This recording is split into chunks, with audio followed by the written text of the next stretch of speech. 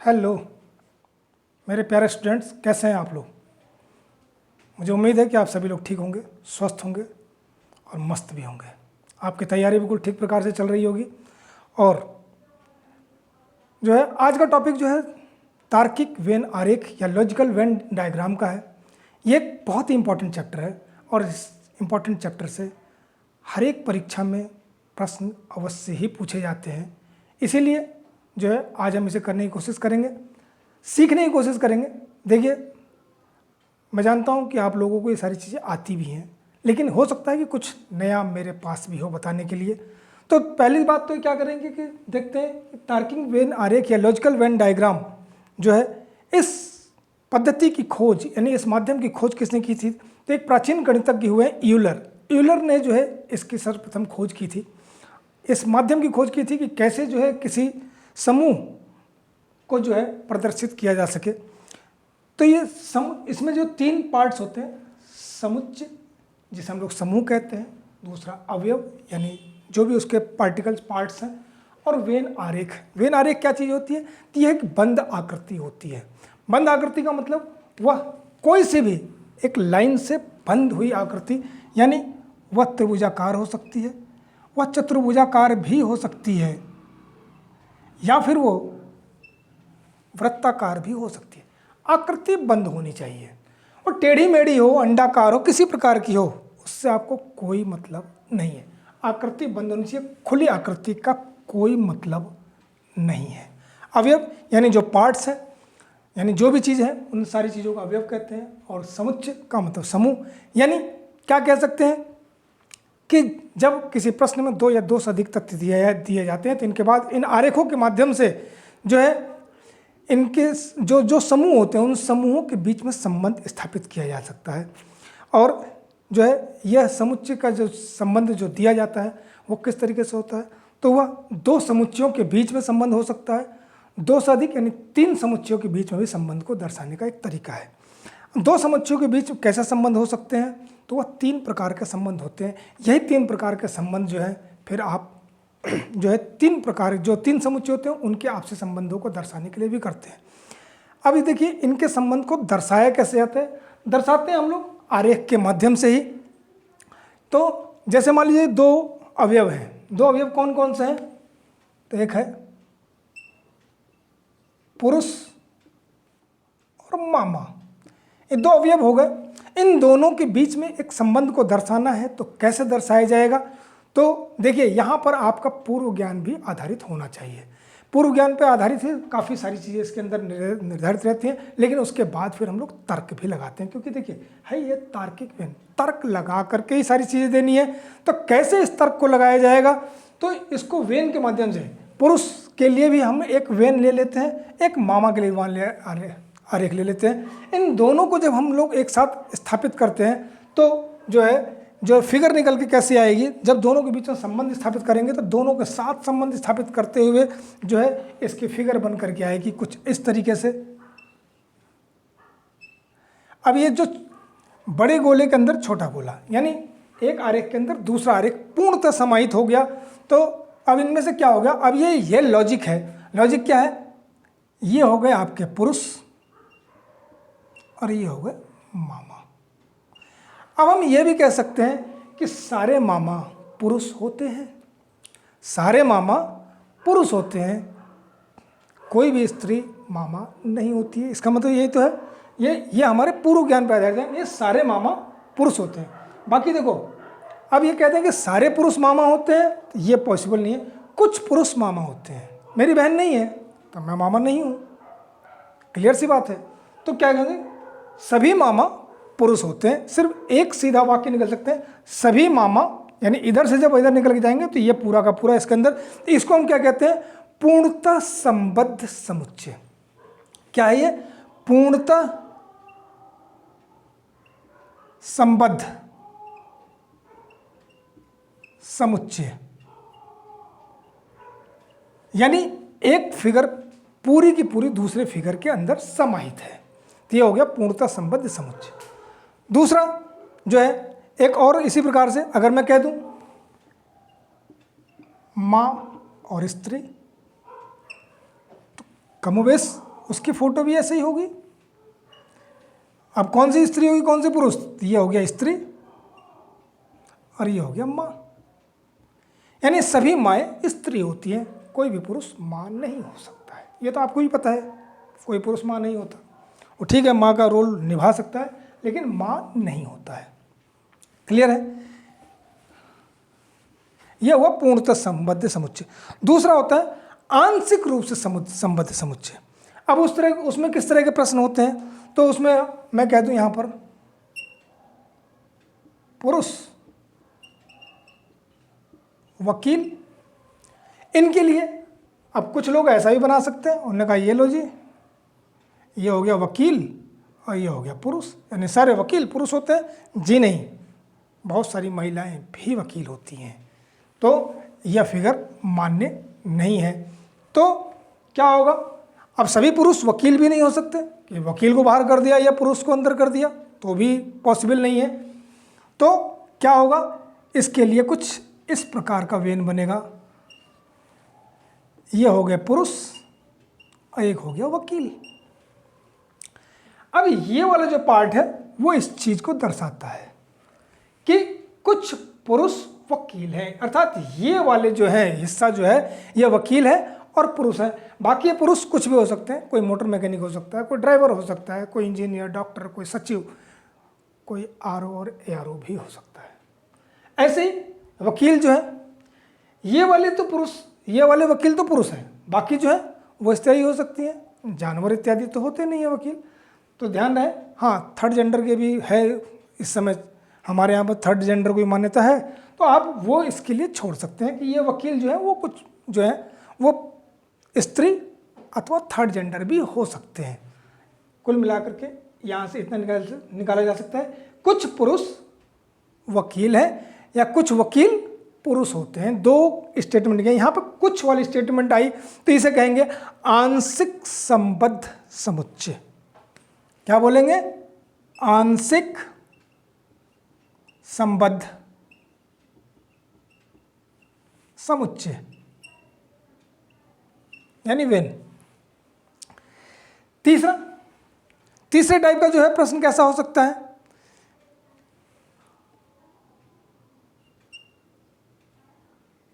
Doctor, वकील। अब देखिए ध्यान रहे कि ये जो है डॉक्टर और वकील, इन दोनों में कोई मेल नहीं होता है।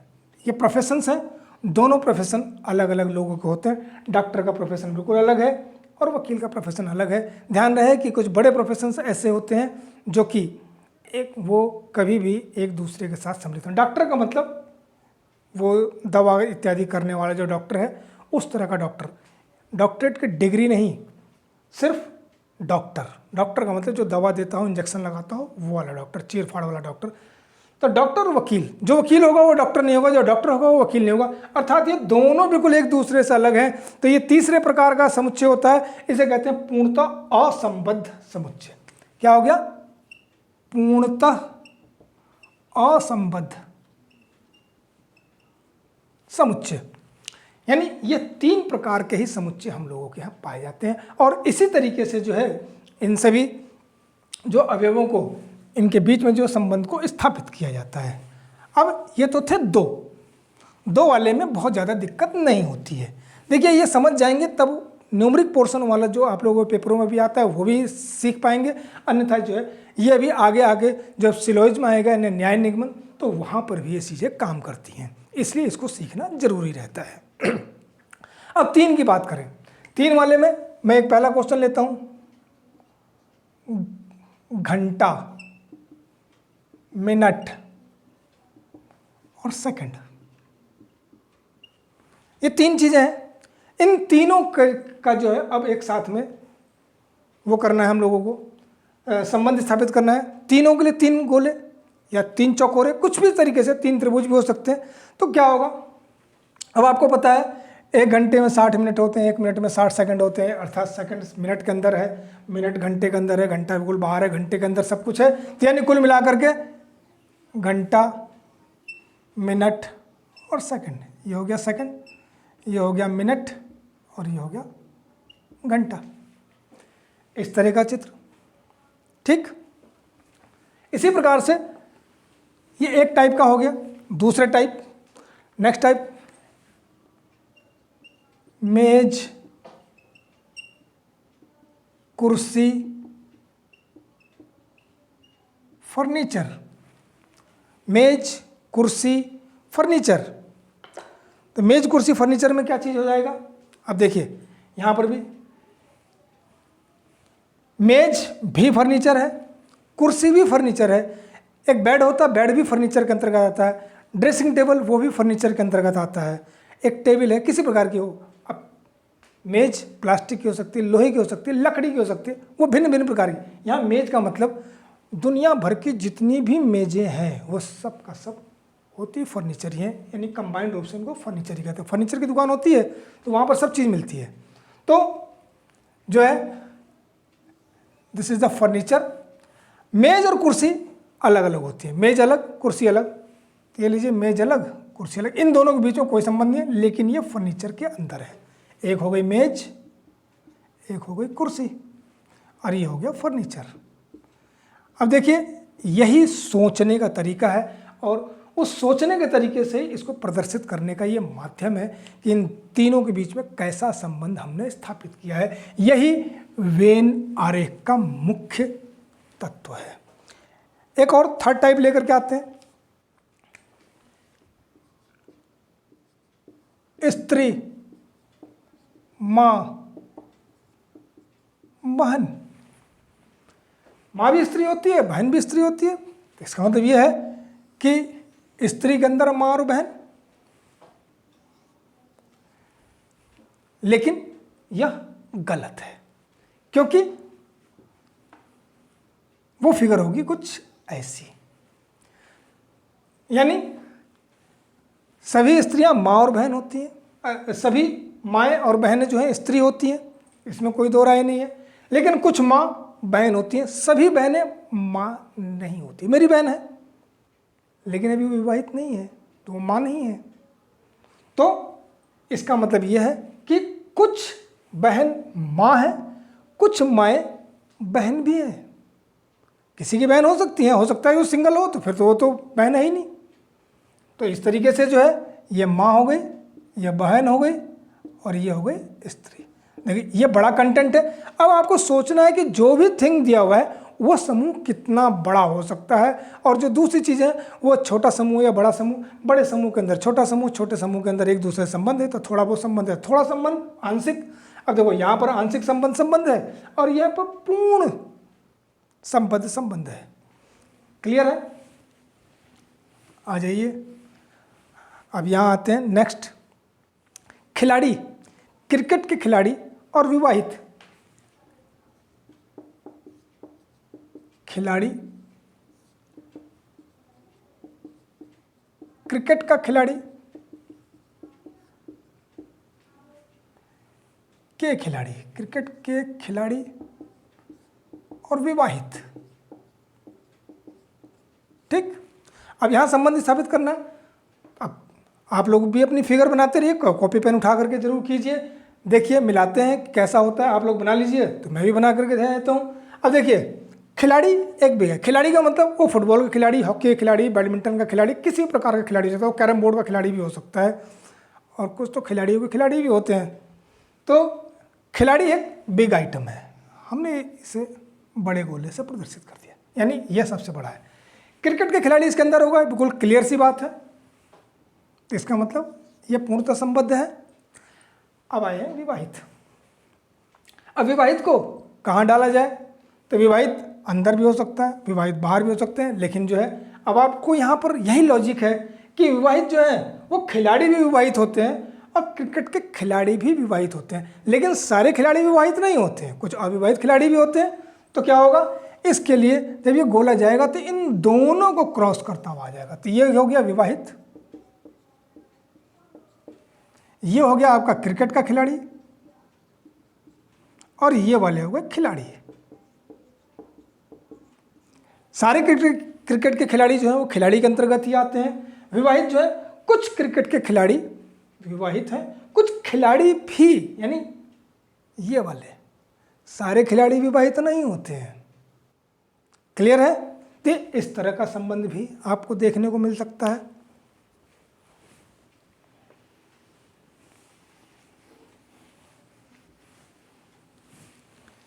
इसी प्रकार से एक और क्वेश्चन, पुरुष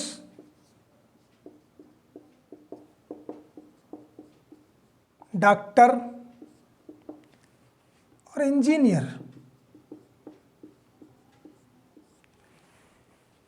ये 3 कंटेंट हो गए।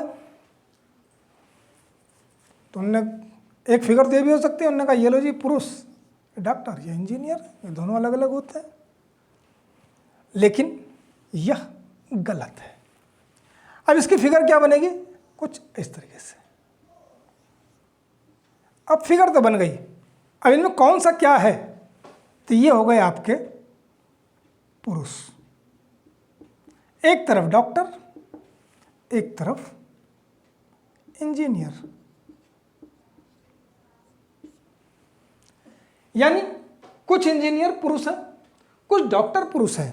अब ये वाले पुरुष जो बचे हुए पुरुष हैं, ये बहुत कुछ है अभी, यानी एक मजदूर से लेकर के प्रधानमंत्री तक भी यहाँ हो सकते हैं। डॉक्टर, ये वाले डॉक्टर तो पुरुष हैं, लेकिन ये वाले डॉक्टर जो है स्त्री अथवा थर्ड जेंडर हो सकते हैं। ऐसे ये इंजीनियर भी जो है, स्त्रियां भी इंजीनियर होती हैं, तो ये इंजीनियर स्त्रियां भी हो सकती हैं। तो ये हिस्सा खाली हुआ, इसे हम बोलते हैं कुछ वाला पार्ट, कुछ यानी आंशिक संबंध। अब देखिए 3 जनों में इस तरह की फिगर भी बनती है। ठीक, नेक्स्ट क्वेश्चन लाते हैं। पुरुष वकील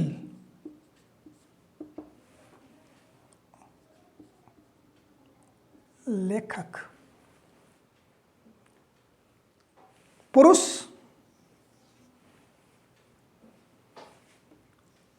कुछ पुरुष वकील होते हैं, यानी कुछ वकील पुरुष होते हैं, कुछ लेखक पुरुष होते हैं, ये भी बिल्कुल सही बात है। कुछ स्त्रियां भी लेखक होती हैं, जैसे आप बहुत सारी स्त्रियों को, महादेवी वर्मा और तमाम जो है शिवानी, बहुत सारे लोग हैं, तो उन राइटर्स को भी याद कर सकते हैं। तो लेखक, लेकिन एक वकील भी लेखक हो सकता है, जैसे बैरिस्टर मुकुंदी लाल, आप लोगों को याद ही होगा। तो इसका मतलब ये होगा कि ये फिगर कुछ ऐसी बनेगी, अर्थात कुछ पुरुष वकील और लेखक दोनों भी होते हैं, क्योंकि ये एक ऐसा प्रोफेशन है जो इसके साथ किया जा सकता है।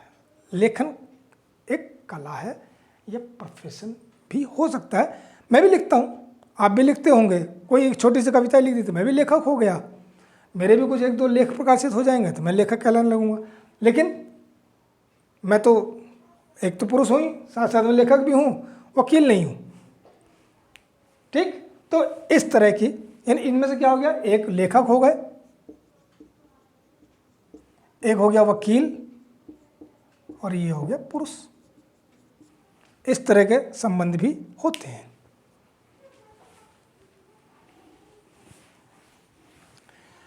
ये सारी चीज़ें आपके सोच के ऊपर निर्भर करती है कि कैसे जो है ये चीज़ें निकल करके आती है। ऐसे ही एक है सूर्य, तारा, ग्रह, इन तीनों के बीच संबंध स्थापित करना है। तो ठीक, लाइए, अब सबके अपने अपने लॉजिक्स होते हैं।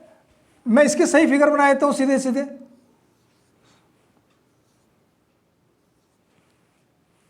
यह है सूर्य, यह है तारा। सूर्य एक तारा है, यह भूगोल बताता है। देखो, भूगोल की जानकारी नहीं है तो ये भी आदमी फेल कर देगा, सूर्य अलग कर देगा, तारा अलग कर देगा। हो सकता है सूर्य के अंदर ही तारा घुसेड़ दे, या फिर जो है कुछ लोग ऐसा करेंगे, सूर्य बना दिया, उन्होंने कहा ये जी तारा छोटा चमकता है तो कुछ थोड़ा छोटा गोला बना दिया, और ग्रह भी जो छोटे होते हैं उन्होंने कहा ले भाई थोड़ा सा दूर बना दिया, चक्री काट रहा है। ये सब छोटे बड़े से कोई फ़र्क नहीं पड़ता, ये ध्यान रखें आप लोग। इस फिगर में यहाँ पे कोई फ़र्क नहीं पड़ना है। तो सूर्य एक तारा है तो सूर्य तारे के अंदर है, और ग्रह बिल्कुल अलग होता है तो ये ग्रह है। इस तरह की फिगर भी हो सकती है। ठीक, एक क्वेश्चन और, पुरुष मजदूर ट्रक अब इसकी फिगर आप बना करके देखेंगे तो कभी कभी तो ऐसा होता है ना, ट्रक के अंदर जो है मजदूर है और सारे मजदूर पुरुष होते हैं। हमने कहा ये ले ट्रक, ट्रक के भीतर पुरुष और सारे मजदूर पुरुष होते हैं। हमने कहा ये ले घुसेड़ करके रख दिया, लेकिन ये गलत है। अब यहाँ पर आपको फिर लॉजिक लगाना है। ट्रक बिल्कुल अलग चीज़ है, हमने कहा ये ट्रक आ गया जी। कुछ पुरुष मजदूर भी होते हैं, तो आपका ये हो गया मजदूर, ये हो गया पुरुष, ये हो गया ट्रक। इसकी ये फिगर निकल करके आती है। इसी प्रकार से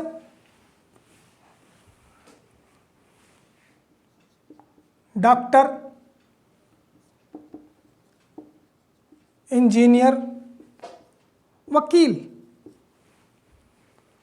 ये तीनों ऐसे प्रोफेशन हैं जो एक साथ एक आदमी जो है इनमें से कोई दो भी नहीं अपना सकता।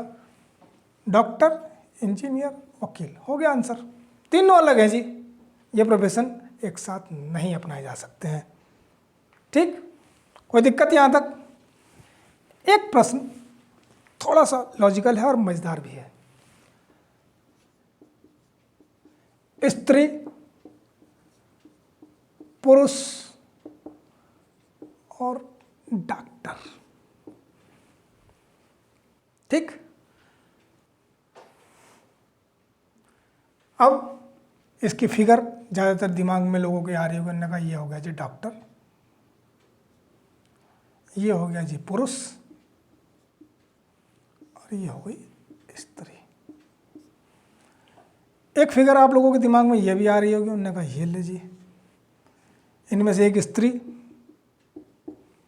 पुरुष और डॉक्टर। तो यहाँ पर तो हो गया कुछ स्त्री पुरुष होते हैं, तो ऐसा कुछ होता नहीं है। कुछ पुरुष स्त्रियाँ होती हैं, कुछ डॉक्टर स्त्री और पुरुष दोनों होते हैं, ऐसा भी नहीं होता है। तो थोड़ा सा टिपिकल एंड है ये, टिपिकल एंड इसे आप कह सकते हैं। तो ये कैसे होगा? तो फिगर बनाने की भी अपनी एक कला है। अब देखिए इस फिगर को कैसे निकाल करके लेकर के आते हैं। या ये भी नहीं कह सकते कि आपने सीधे सीधे पूरा एक डॉक्टर बनाया और सारे स्त्री पुरुषों को उसके अंदर घुसेड़ दिया कि सारे स्त्री जो है ये पुरुष डॉक्टर हैं, ये स्त्रियाँ भी डॉक्टर हैं। तो अभी तो कुछ डॉक्टर बच्चे हैं, तो ये क्या है, गधे, घोड़े, बिल्ली, कुत्ता? नहीं। इसकी फिगर देखिए, अब यहीं लॉजिक लगाना है आप लोगों को, इसी तरीके से सोचना है, आपको अपनी सोच को विकसित करना है। ये और कुछ नहीं है, आपको अपनी सोच बदलनी है, बस आंसर अपने आप निकल करके आता है। बस सोचने का तरीका बदलिए। अब देखिए ये कन्फर्म है कि ये डॉक्टर है, ठीक। इसके बाद जो है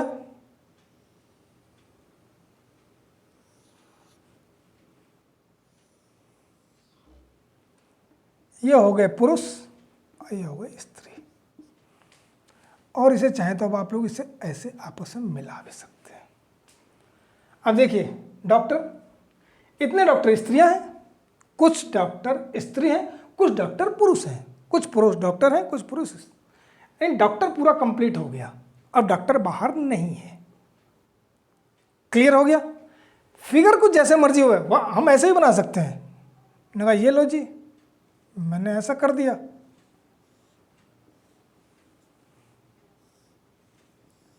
ये भी हो सकता है, बीच वाला डॉक्टर पुरुष, स्त्री, स्त्री या पुरुष, कुछ भी कर सकते हैं, इधर उधर कहीं भी खिसका लीजिए, उससे कोई फर्क नहीं पड़ता।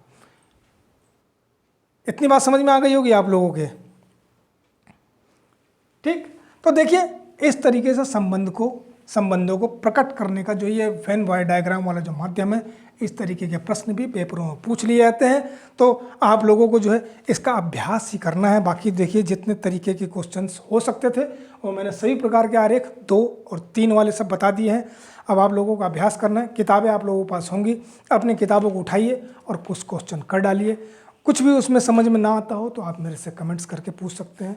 बाकी व्हाट्सअप नंबर आप लोगों के पास मेरा ही है, उस व्हाट्सअप नंबर पे आप लोग मुझे कॉल करके भी जो है आप लोग प्रश्नों को पूछ सकते, कॉल नहीं मैसेज करके, ठीक है। इसी का एक दूसरा पार्ट और निकल के आता है वेन डायग्राम से ही। वेन डायग्राम में होता क्या है कि वो 3 वेन दिए होते हैं और उसके अंदर कुछ आपस में कट फट लगा करके और उसको प्रदर्शित कर दिया जाता है कुछ इस तरीके से। मैं आपको एक फिगर बना के दिखाता हूँ।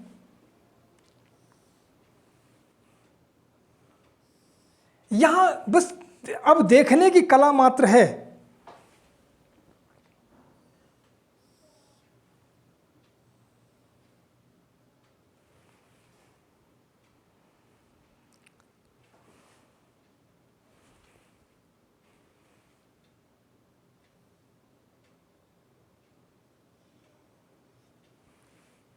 ठीक, अब ये है कलाकार, ये त्रिभुज वाले हैं आपके डॉक्टर, और ये गोले वाले हैं खिलाड़ी। ध्यान रहे, ठीक। अब इसके अंदर कुछ कुछ नंबर लिखे हुए होते हैं। यहाँ लिखा हुआ है 30, यहाँ है आपका 25, दिस इज द 22, 3, 4, 8 और ये वाला हिस्सा है 17। ये फिगर दी हुई है आपके प्रश्न में। इससे संबंधित प्रश्न पूछे जा सकते हैं। एक प्रश्न है, ऐसे कितने डॉक्टर हैं, ऐसे कितने डॉक्टर हैं जो कलाकार और खिलाड़ी दोनों हैं? ऐसे कितने डॉक्टर हैं जो कलाकार और खिलाड़ी दोनों हैं? अब यहाँ पे आपको नज़र दौड़ानी है। डॉक्टर ये है, वो खिलाड़ी भी होना चाहिए और कलाकार भी होना चाहिए। तो इस डॉक्टर के अंदर सिर्फ ये वाला पीस ऐसा है जो खिलाड़ी और डॉक्टर दोनों को दर्शाता है, खिलाड़ी और कलाकार दोनों को दर्शाता है, अर्थात वह 3 इसका आंसर है। ठीक, ऐसे ही एक प्रश्न और निकल कर इसमें 30 प्रश्न पूछे जा सकते हैं किसी भी तरीके से। ऐसे कितने खिलाड़ी हैं जो कि कलाकार, ऐसे कितने खिलाड़ी हैं जो कि कलाकार भी हैं? अब देखिए, ऐसे कितने खिलाड़ी हैं जो कि कलाकार भी हैं? वो खिलाड़ी तो ही है लेकिन कलाकार भी हैं। अब ये खिलाड़ी है, ये और कलाकारों के बीच में है, तो कौन कौन से हो सकते हैं? एक तो हो गया 22 और ये 3 भी इसी में आएगा क्योंकि ये भी तो कलाकार ही है। तो कितना आंसर हो जाएगा आप लोगों के लिए, बताइए?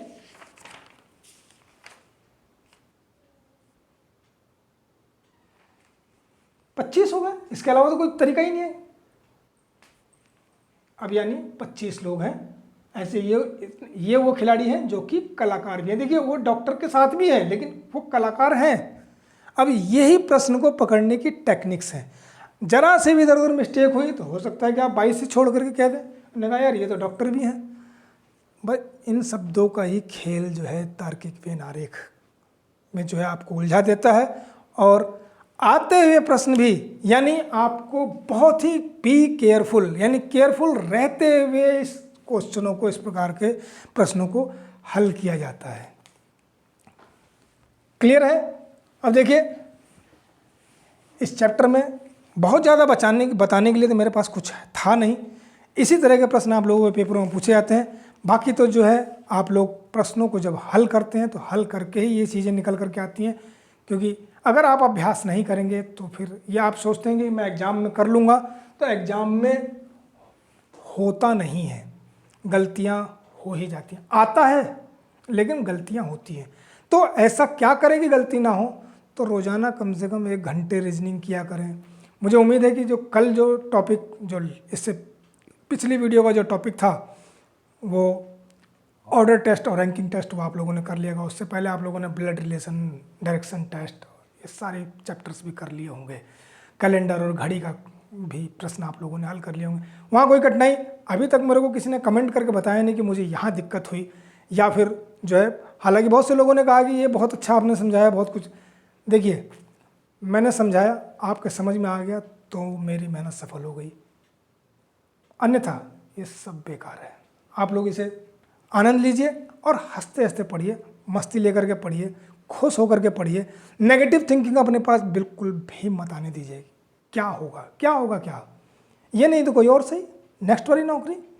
आपकी ये पढ़ाई कभी बेकार नहीं जाएगी। ज़रूरी नहीं है किसी एग्ज़ाम में, ठीक है आपने मेहनत करी, कोई चूक हो गई तो हो गई, नेक्स्ट वाले एग्जाम में आपको हार नहीं माननी है, निरंतर तैयारी करते रहनी चाहिए। जो आदमी रेगुलर है मैच वही जीतेगा, ये ध्यान रहे। अभी देखेंगे आप लोग इंडिया का प्रदर्शन, पहले के अभी क्रिकेट में देखेंगे पहले कितना बुरा प्रदर्शन था, अभी अच्छा खेलती चली आ रही, सारे मैच जीते चली आ रही है। हो सकता है कि अगला मैच वो हार जाए, फाइनल मैच, लेकिन मैं ईश्वर से प्रार्थना करूंगा कि वो जीते। मैं भी प्रार्थना करता हूँ कि आप लोग मेहनत करते हैं तो आप लोगों की मेहनत सफल होनी चाहिए। लेकिन ध्यान रहे लड़ाई बहुत तगड़ी है यहाँ पे, लाखों लोग बैठते हैं और सैकड़ों लोगों का सिलेक्शन होना है, यानी 1% के आसपास का रिजल्ट रहने वाला है। यानी बहुत बड़ी लड़ाई आपको लड़नी है, बहुत बड़ा कंपटीशन है आप लोगों के बीच में। तो इस कंपटीशन को ध्यान में रखते हुए थोड़ा सा रेगुलर होइए और रोज़ाना पढ़िए। रोज़ाना 8 घंटे का टाइम आप लोग निकालिए। मैं आप लोगों के लिए एक अलग सी वीडियो लेकर के आऊँगा, एक मोटिवेशनल वीडियो, कि कैसे आप लोग अपनी तैयारी करें और कितने तैयारी करके आप लोग जो है सफलता प्राप्त कर सकते हैं, कितने दिनों में सफलता आपको मिल सकती है। जल्दी 1-2 दिन में वो वीडियो लेकर के आता हूँ। जरा अभी कुछ त्यौहार इत्यादि का सीजन चल रहा है, जरा कुछ शादी विवाह के प्रोग्राम भी चल रहे हैं, उसकी वजह से थोड़ी व्यस्तता बढ़ी हुई है। तो आज की वीडियो में यही समाप्त करता हूँ। नेक्स्ट टॉपिक में जो है लेकर के आएंगे, जो है इसके बाद जो है सिलोजिज्म, न्याय निगमन जिसे कहते हैं। कुछ लोग सिलोलिज्म, कोई सिलोगिज्म कहता है, वह सिलोजिज्म होता है वैसे सही मायने में पढ़ने में, जी वहाँ पर साइलेंट मोड में रहता है, तो इसे हिंदी में न्याय निगमन कहते हैं। उस न्याय निगमन को करेंगे, वो आपके लिए बहुत सीखने का चैप्टर है। नेक्स्ट वीडियो उसी की रहेगी, आप लोग उसका इंतजार कीजिए। और मुझे उम्मीद है कि आप लोगों को ये वीडियो अच्छी लगी। अगर ये वीडियो आप लोगों को अच्छी लगी हो तो आप लोग इस चैनल को सब्सक्राइब कीजिए और अपना भरपूर प्यार मुझे दीजिए।